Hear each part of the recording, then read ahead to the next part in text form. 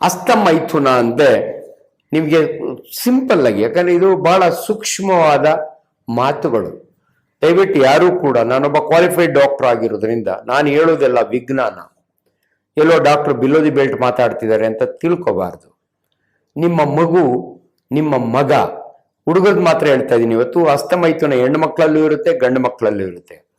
14 ವರ್ಷದ ಮಗನಿಗೆ ನಿಮ್ಗೆ ನೋಡಿ, ಜನನೇಂದ್ರಿಯ ಆರ್ಗನ್ ಇದೆಯಲ್ಲ, ಸೆಕ್ಷುಯಲ್ ಆರ್ಗನ್ ಅಂತೀವಿ ನೋಡಿ. ಗಂಡು ಮಕ್ಕಳಿಗೆ ಪೀನೀಸ್, ಮಾನೆ ಅಂತಾರೆ ಕೆಲವು ಕಡೆ.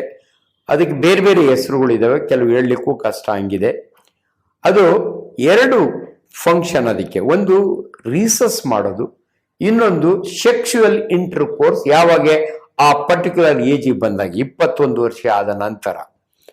ಅಲ್ಲಿವರೆಗೂ ಈ ಆರ್ಗನ್ನು ಉದ್ರೇಕಗೊಂಡಾಗ ಎರೆಕ್ಷನ್ ಅಂತೀವಿ ನಾವು. ಯಾವ ವಯಸ್ಸಿಗೆ ಉದ್ರೇಕಗೊಳ್ಳುತ್ತೆ? 12 ವರ್ಷದಿಂದ ಸ್ಟಾರ್ಟ್ ಆಗುತ್ತೆ, 14 ವರ್ಷದಿಂದ ಸ್ಟಾರ್ಟ್ ಆಗುತ್ತೆ. ಅದು ಯಾವಾಗ ಆಗುತ್ತೆ? ಬೆಳಗಿನ ಜಾವ 4 ಗಂಟೆಗೆ ಇವನಿಗೆ ಎರೆಕ್ಷನ್ ಆಗುತ್ತೆ, ನಿಗರುತ್ತೆ ಅಂತೀವಿ ಕನ್ನಡದಲ್ಲಿ. ಅನ್ಫಾರ್ಚುನೇಟ್ಲಿ ಅವನಿಗೆ ಗೊತ್ತಿರಲ್ಲ ಯಾಕೆ ಹಿಂಗಾಗುತ್ತೆ ಅಂತ. ಇದು ಮೇಲ್ ಸೆಕ್ಷುಯಲ್ ಹಾರ್ಮೋನ್ ಎಫೆಕ್ಟ್. ಇದು ಇದಕ್ಕಿದ್ದಂಗೆ ಹಿಂಗೆ ಫ್ರೆಂಡ್ಗಳ ಜೊತೆಯಲ್ಲಿ ಮಾತನಾಡುವಾಗ ಅವ್ರಿಗೆ ಮಾತಾಡ್ಕೊಂಡು, ನನಗೂ ಆಗಿತ್ತು, ನನ್ನ ಕನಸಿನಲ್ಲಿ ಹೀರೋಯಿನ್ ಬಂದ್ಬಿಟ್ಟಿದ್ಲು, ಅವಾಗ ಹಿಂಗಾಯಿತು, ಆಮೇಲೆ ನೋಡಿದ್ರೆ ಚಡ್ಡಿ ಎಲ್ಲ ತ್ಯಾವ ಆಗಿತ್ತು. ಇದು ಎಮಿಷನ್ ಅಂತೀವಿ ನಾವು. Erection, emission and ejaculation. ಇದು ಆಟೋಮೆಟಿಕಲಿ ಆಗುತ್ತೆ. ಹಾಗೇನೋ ಒಂಥರ ಖುಷಿ ಆಗುತ್ತೆ ಅವನಿಗೆ. ಅದಾದ ನಂತರ ಕೆಲವರು ಸ್ನೇಹಿತರ ಜೊತೆಯಲ್ಲಿ ಮಾತನಾಡುವಾಗ ನಾನು ಕೈನಲ್ಲಿ ಆರ್ಗನ್ನ ಮುಟ್ಟು ನೋಡ್ಕೋತೀನಿ, ಅದನ್ನ ಹಿಂದು ಮುಂದೆ ಮಾಡ್ತೀನಿ, ಆಗ ನನಗೆ ಖುಷಿ ಸಿಗುತ್ತೆ, ಆಗ ವೀರ್ಯ ಸ್ಖಲನ ಆಗುತ್ತೆ, ಎಜಕ್ಯುಲೇಷನ್ ಆಗುತ್ತೆ, ಅದನ್ನ ನನಗೆ ಖುಷಿ ಆಗುತ್ತೆ ಅಂತ ಹೇಳ್ಕೊತಾರೆ. ಒಬ್ಬರಿಂದ ಒಬ್ಬರಿಗೆ ಹರಡುತ್ತೆ. ಇದನ್ನ ಹಸ್ತ ಮೈಥುನ. ಮೈಥುನ ಅನ್ನೋ ಪದ ನಿಮಗೆ ಗೊತ್ತಿರಲಿ, ಇಟ್ ಈಸ್ ಇಂಟರ್ ಕೋರ್ಸ್. ಒಂದು ಗಂಡು ಒಂದು ಹೆಣ್ಣು ಮದುವೆಯಾದ ನಂತರ ಅವರಿಗೆ ಲೈಸೆನ್ಸ್ ಸಿಗ್ದಂಗೆ ಆಗುತ್ತೆ ಇಂಟರ್ ಕೋರ್ಸ್ ಮಾಡಲಿಕ್ಕೆ, ಅಂದರೆ ಮೈಥುನ ಮಾಡಲಿಕ್ಕೆ. ಇದು ನಾರ್ಮಲ್ ನ್ಯಾಚುರಲ್ ಫೆನಾಮಿನ. ಪ್ರಾಣಿಗಳಲ್ಲಿ ಹಂಗಲ್ಲ, ಅವಕ್ಕೆ ಮದುವೆ ಅಂತ ಏನಿಲ್ಲ.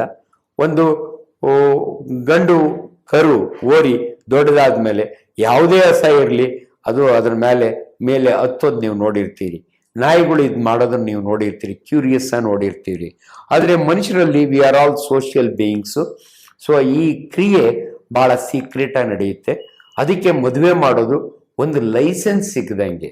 ಅನ್ಫಾರ್ಚುನೇಟ್ಲಿ ಈಚೀಚೆಗೆ ನಾವು ಕೇಳಿರ್ತೀವಿ, ಎಜುಕೇಟೆಡ್ ಪೀಪಲ್ಸ್ ಲಿವಿಂಗ್ ಟುಗೆದರ್ ಅಂತ ಮಾಡ್ತಾರೆ. ಮದುವೆ ಆಗದಿರನೇ ಒಂದೇ ರೂಮಲ್ಲಿ ಇರ್ತಾರೆ. Naturally male is attracted to female, female is attracted to male. ಅವರು ಸಂಭೋಗ ಮಾಡ್ತಾರೆ. ಮಾಡಬೇಕು ಅಂತ ಏನು ಇಲ್ದಿದ್ರು ಕೂಡ ಮಾಡ್ತಾರೆ. ಈ ಮಕ್ಕಳಿಗೆ ಯಾರು ಇದನ್ನೆಲ್ಲ ತಿಳಿಸ್ಬೇಕು? ಅದಕ್ಕೋಸ್ಕರ ಇಂಥ ಟಾಪಿಕ್ನ ನಾನು ಇವತ್ತು ಆರೋಗ್ಯ ಸಂಪದದಲ್ಲಿ, ಯಾಕಂದ್ರೆ ಆರೋಗ್ಯದ ಬಗ್ಗೆ ಅನೇಕ ರೀತಿಯ ಅನುಮಾನಗಳಿರೋದ್ರಿಂದ ನಾನು ಈ ರೀತಿ ರೆಕಾರ್ಡ್ ಮಾಡಿ ನಿಮಗೆ ತಿಳಿಸ್ತಾ ಹೋಗ್ತೀನಿ. ಸೊ ಸಂಭೋಗ ಕ್ರಿಯೆ ಇಟ್ಸ್ ಅ ನ್ಯಾಚುರಲ್ ಫೆನಾಮಿನ. ವೀರ್ಯ ಬರೋದು ಇಸ್ ಇಟ್ ನ್ಯಾಚುರಲ್? ನ್ಯಾಚುರಲ್. ನಾ ಹೇಳ್ತೀನಿ, 14 ವರ್ಷ ಆದಮೇಲೆ ನೀನು ಋಷಿ ಮುನಿ ಆಗಿರು, ನೀನು ಮಹಾಬ್ರಹ್ಮಚಾರಿ ಆಗಿರು, ಯಾಕಂದ್ರೆ ಇವೆಲ್ಲ ಇಂಪಾರ್ಟೆಂಟು. It's A natural.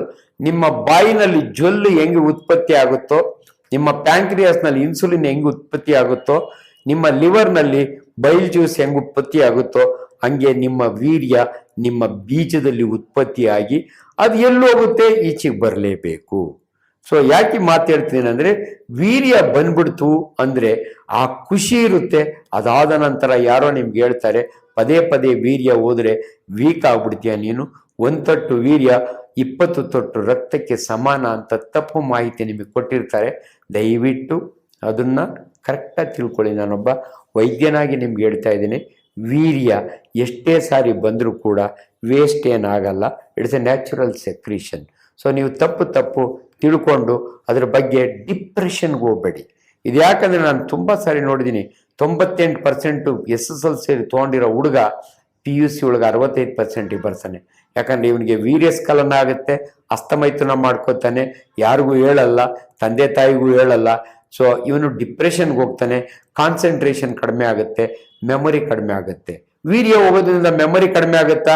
ಇದಕ್ಕೂ ಅದಕ್ಕೂ ಸಂಬಂಧ ಇಲ್ಲ.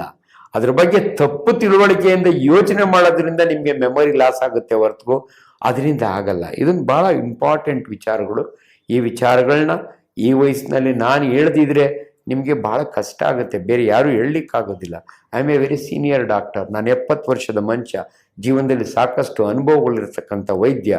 ಆದ್ರಿಂದ ನಿಮ್ಗೆ ಇಂಥ ವಿಚಾರಗಳು, ನೀವು ತಂದೆ ತಾಯಿಗಳು ನಿಮ್ಗೆ ಅರ್ಧ ಗೊತ್ತಿರಲ್ಲ, ಗೊತ್ತಿದ್ರು ನೀವು ನಿಮ್ಮ ಮಗನ ಜೊತೆಯಲ್ಲಿ ಹಿಂಗೆ ಮಾತಾಡೋಕ್ಕಾಗಲ್ಲ. ಅದರಿಂದ ದಯವಿಟ್ಟು ನನ್ನ ಈ ವಿಡಿಯೋ ನೋಡಿ